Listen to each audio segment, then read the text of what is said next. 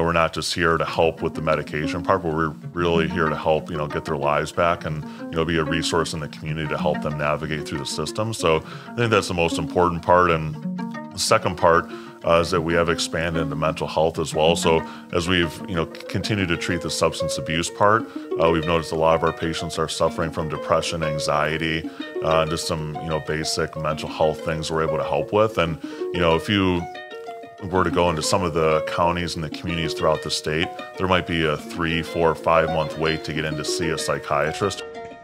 Welcome to the Pulse Project.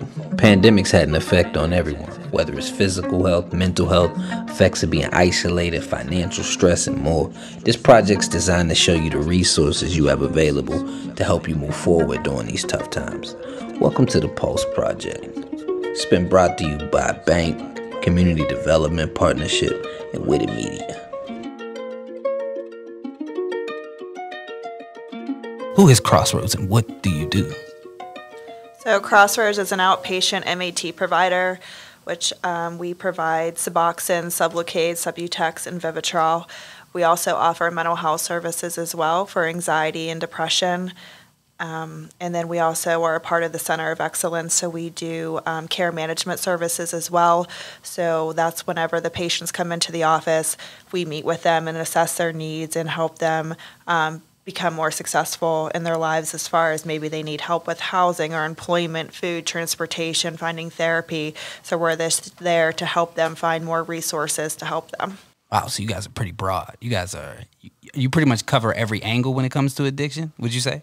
Yeah, for or sure. Or at least try to, I mean, it's recovery is about the whole person. There's a lot of different parts that go into it. So we want to treat all those different areas. If they want, like Jess was saying, housing, food, childcare, or further education, whatever their needs are, whatever's going to make them successful in their recovery, that's ultimately what we want to pair them up with. Okay.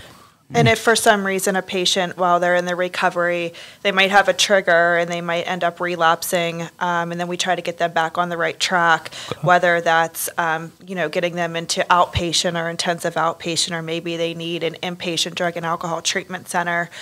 So we do that too to help them, whatever's going to help them in the recovery journey. Okay, all right. Could somebody explain what the medical assistant treatment is, what MAT is? Sure. So MAT itself is basically using medication to help kind of reduce the receptors for people that, so if you have an addiction to like heroin or Oxycontin or fentanyl or something of that nature, the medication will help reduce your cravings for, the heroin or fentanyl piece, and it stabilizes your body in a way that allows you to recover like long-term for it. So like the medications that Jessica was just mentioning were used to help, kind of suppress the cravings for, those illicit drugs.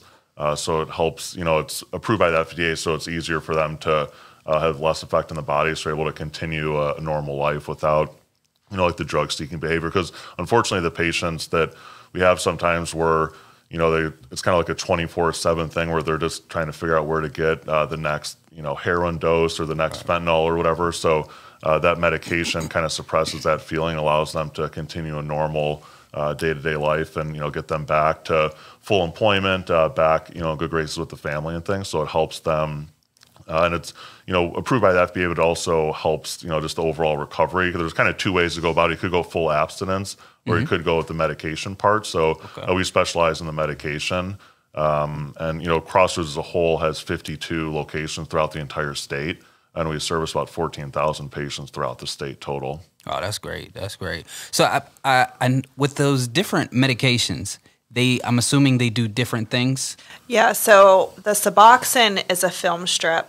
They're 8 milligram strips, and that's buprenorphine. So they would take it most of the time. It's two times a day, so 16 milligrams in total.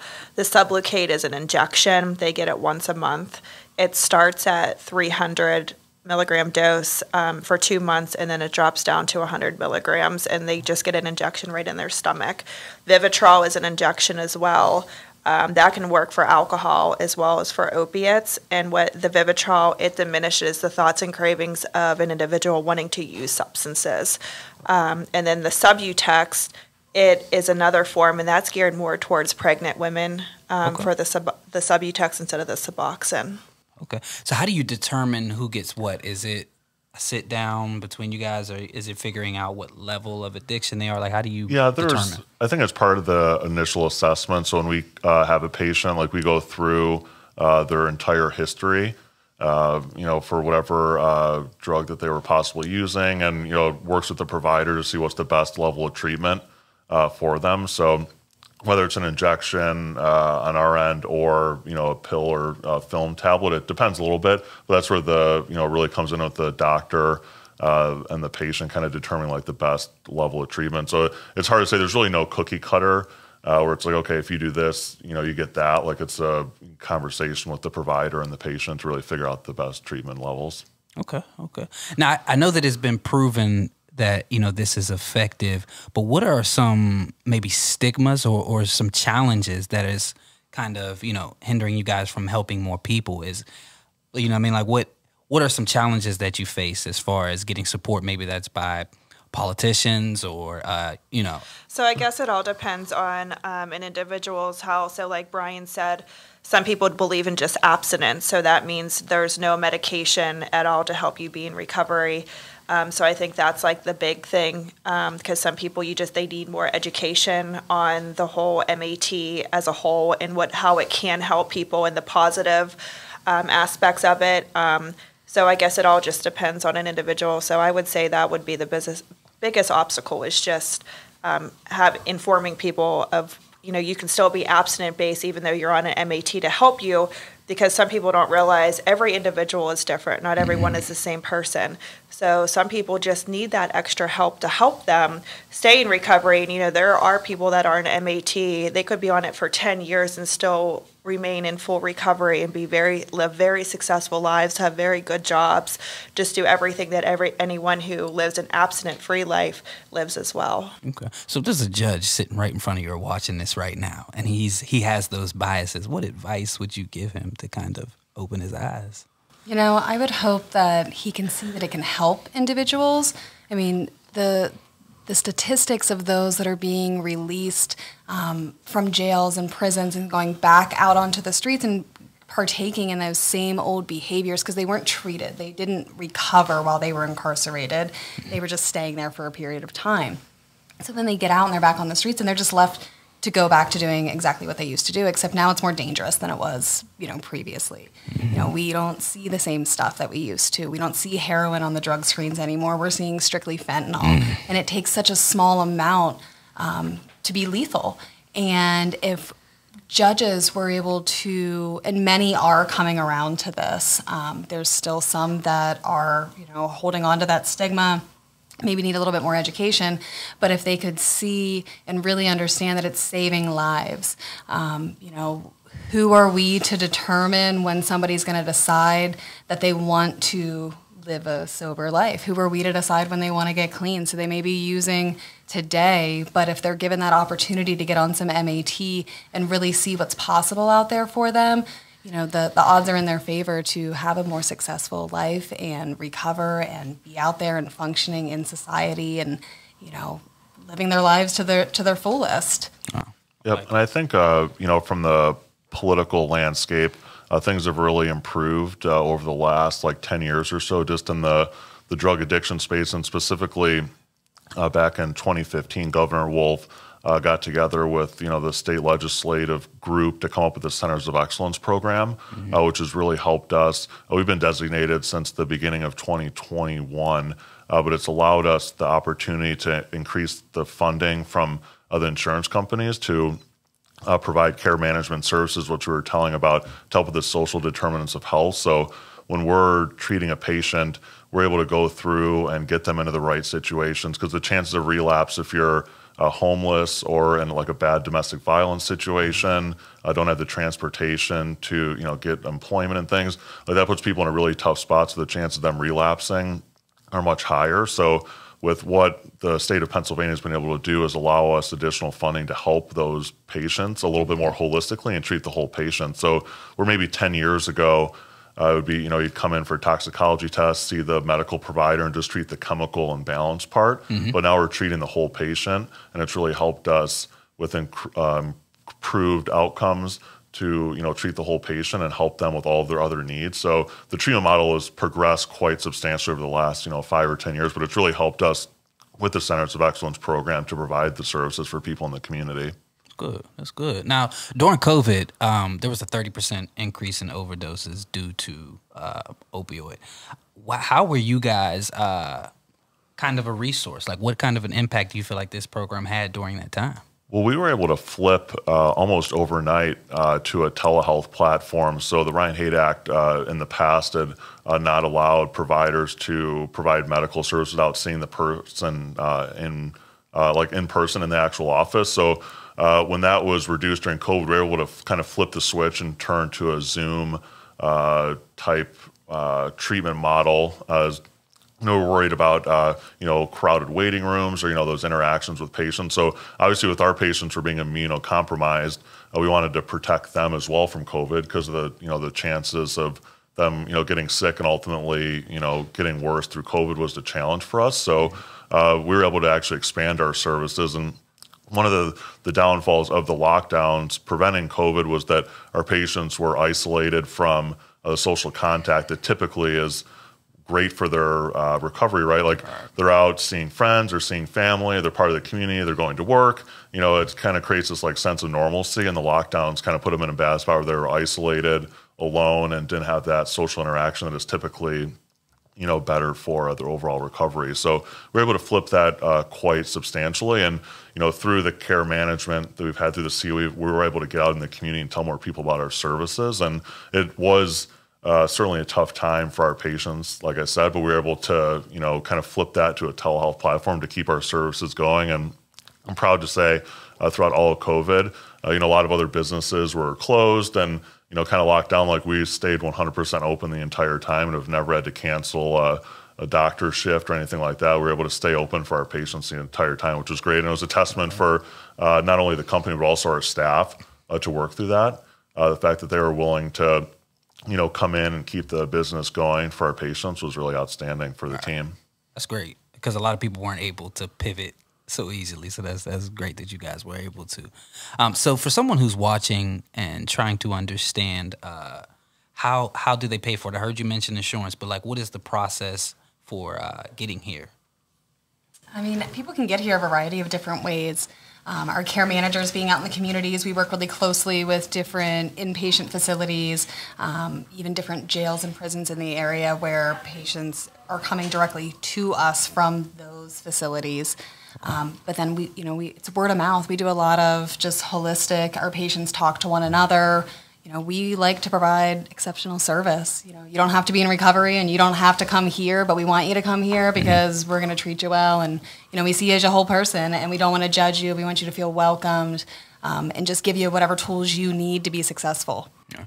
So my second part to that question is how do they pay for it? Does it have to be a court order? How does that? No. Most of our patients come to us because of the work we're doing in the community, we like to be the first point of contact for them. So if a patient calls our main number, our intake number, we're actually able to see the patient that day through telehealth to allow them to start their prescription early. But in terms of the payment, we take all insurances, Medicaid, Medicare, commercial insurance as well. So there's a bunch of different options for them to typically pay, so to speak.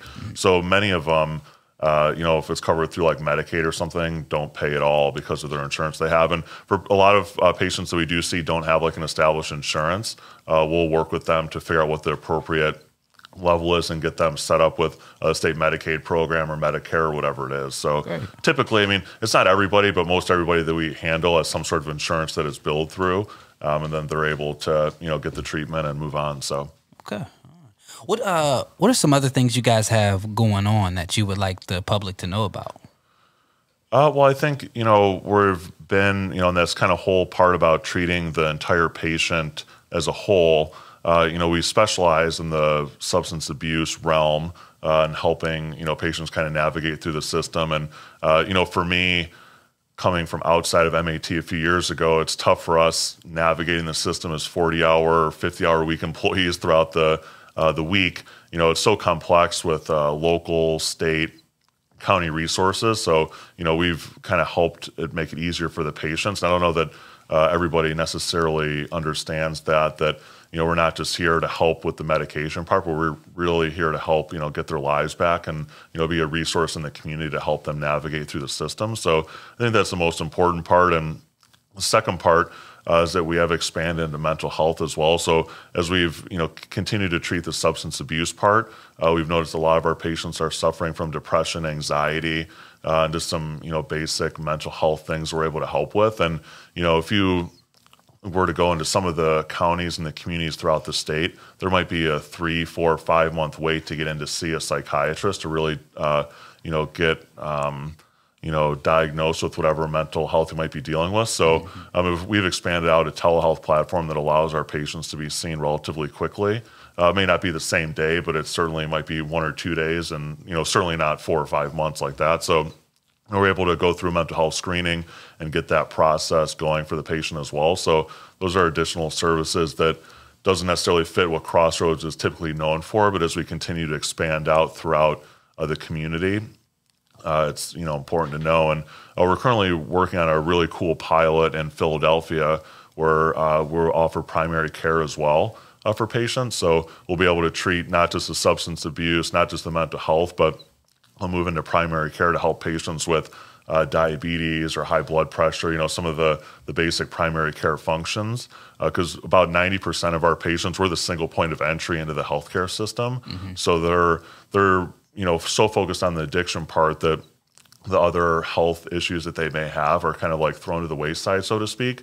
And, you know, the difficulty that they're dealing with transportation and getting to the doctor's appointments, they're coming to us, but they're not necessarily going to a PCP to have like a normal wellness check and things. So some of those health issues left not treated, you know, become major problems down the road. So we're doing that in Philadelphia, and the pilot's going really well. So that'll be rolling out statewide over the next couple months. But, you know, again, with that whole kind of treat the patient as a whole and not just kind of treat these segments, I think is better for their overall outcomes in the future.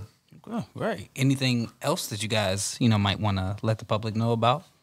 I just wanted to say, like you had mentioned about, you know, how, you know, for more information or how they would go about, and Sam mentioned about, you know, we get inpatient or jails, but we also have a website as well. It's crossroadstreatmentcenters.com. That gives more information of all of our different locations, everything that we provide. And we also have an 800 number, which is a 24/7 call center. It's 1-800-805-6989. Okay. All right. I was looking as I was setting up, and I seen all these inspiring notes. These are from former and current patients? Yes. So this is actually something that I saw in Pittsburgh at an art museum. So the idea is to get all the patients to write their hopes and dreams through the recovery down. So as they wrote them, we hung them in the window for everybody to, you know, see, inspire the next. I love it. What was the thought behind, what sparked for you was like, whoa, I really want to do that? I think seeing it in the attention that it got in Pittsburgh, just giving people the idea that there is hope out there, that the things that you dream of are possible. You know, stay the course.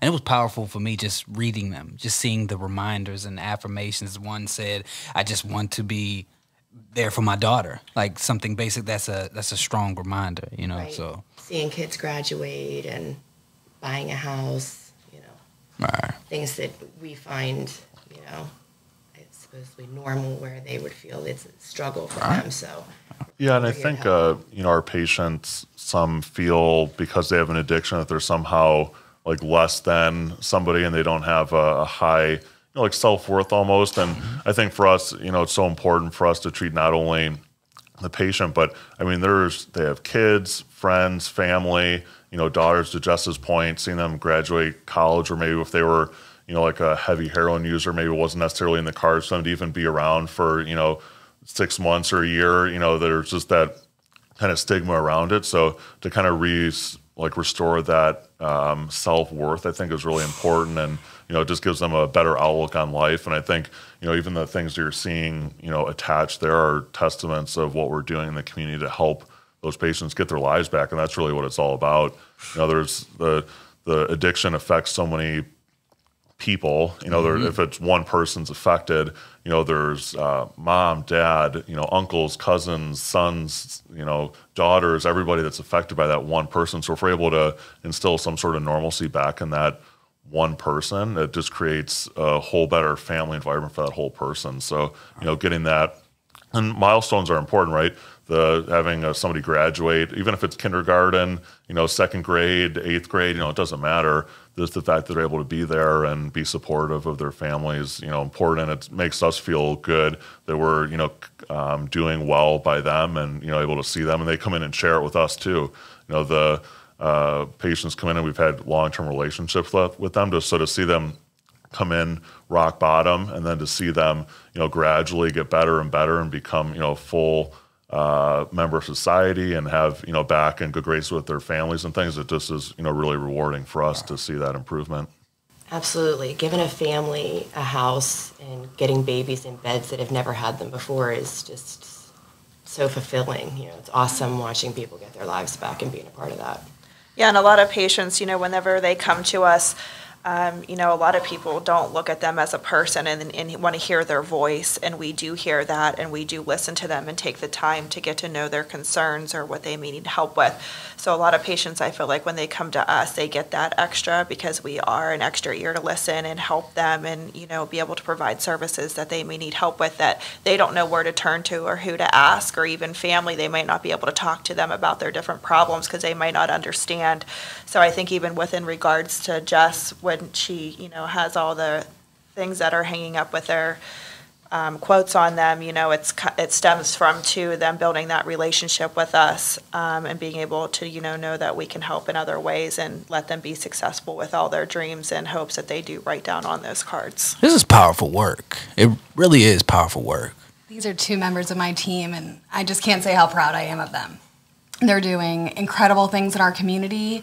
And, one meeting at a time, we are helping to end stigmas and educate communities and bring families back together and, just build a positive around something that previously destroyed somebody's lives or many other lives. And, you don't realize what you don't know. And these women and men that are working here with Crossroads are changing lives every single day and just doing incredible work. And we're all about inspiring each other here at Crossroads, whether it's our teammates or our patients, and that's exactly what these two women that I'm sitting here beside are doing every single day. My hat's off to you guys, man, because I feel like with stigma, it's one thing for others to look at you, but like you were saying, that having that stigma of yourself, because if you don't believe in yourself, if you can't see the journey for yourself, it's not going nowhere. And you guys, I was looking on the website, seeing you have the counseling. I'm assuming that's what a lot of this listening. Can we talk about those counseling steps? Yeah, so when the patients come into us, a lot of the care managers, there's the front office assistants as well that a lot of the patients build relationships with too. But as far as the care management goes, we're there for them and, they can sit down and talk to us. They can even call us at any time of the day if they need help with anything or they have questions or maybe they're going through a rough patch or a hard time and they just need someone to talk to. So we are there to provide that extra support for them and just being able to listen to them and give them advice in other ways. I've had multiple patients thank me all the time just for being there and saying how much you help them. And it's just nice knowing that you can do that for somebody. Yeah, and it takes, maybe even the second, third, or fourth visit for the patient to really open up because I think there is such a stigma. Mm-hmm. It's not easy to come in and sit next to a stranger and say, hey, I've been using fentanyl for the last 2 years, let's say, because they're worried about being judged or the stigma associated with it. So, we're certainly non-judgment free. That's the last thing that we do, and we're just there to help. Like, it doesn't matter how they ended up there. We just want to help them get it back. So, in terms of that, like it'll take maybe the second, third time for them to feel comfortable with us. And then, the more they're able to share, the more they're able to help. But I think you are right. There is such a stigma to it that, through those, sessions and talking through with the provider, it just kind of creates this trust and that they're able to share it a little bit more. So, it's tough for somebody just to walk in and just, lay out their entire life story to somebody that they've never seen before. So it's a long-term part. And, it's part of patients' recovery too, is to, say, okay, this is what happened in the past, this is what I need to do better in the future. And, you can just kind of move on and, focus on the future and getting your life back. Okay, great. Before we wrap up, is there any advice, if anybody's watching out there and they're struggling and they would like some help, but they feel kind of hesitant, do you have any advice for them before we close out? Don't hesitate. Just make the call and start your life. Work on getting your life back. It's never too late. Yeah, it's worth it. It's so worth it. It's hard, but it's worth it. And just know that we don't judge anyone. We're there for you. If all you have to do is, make the call, and we will get you in as soon as we can to see you and help you in whatever ways we can to help you in your journey to recovery and be there every step of the way. Yeah, and if you're a family member listening, just be there. Try to point them in the right direction. Feel free to check out our website, like Jess had said, crossroadstreatmentcenters.com, just to see the different services that we're able to offer and how we could possibly help the loved one of yours that's struggling. Just be there, try to guide them and point them in the right direction. And we're here, and so many others out in the community that just want to help. So whatever the needs are, there's somebody out there that is able to help for sure. Okay. And thank you for allowing us the chance to, talk about our organization and what we're doing. I certainly appreciate the stuff that you've done. Jess sent me, some of the different podcasts you've done in the past about different organizations that are helping. So I appreciate what you're doing for Beaver County. I live here, like I was mentioning. I live in Ohioville, so Beaver County is near and dear to my heart, and then also, with my wife as well being from here. So appreciate you talking with different organizations to figure out how we can help people of Beaver County. So yeah, no problem. Just want to spread the word, kind of help and inspire people to push. You guys' social media presence is great, by the way. I don't know who's running the social media, but I was able to do most of my research there. So thank you for that, whoever that is. But yeah, appreciate you guys for being here. You want to say your names one time? Brian Nash. Okay. Jessica Borowski. Jessica Rogan. And Samantha D. Joseph. Okay. Oh, perfect. On time. Well, right. Wow. This never That's happened perfect. before. Wow. That was perfect. Well, thank y'all. Thank you. That was great. Thanks so much.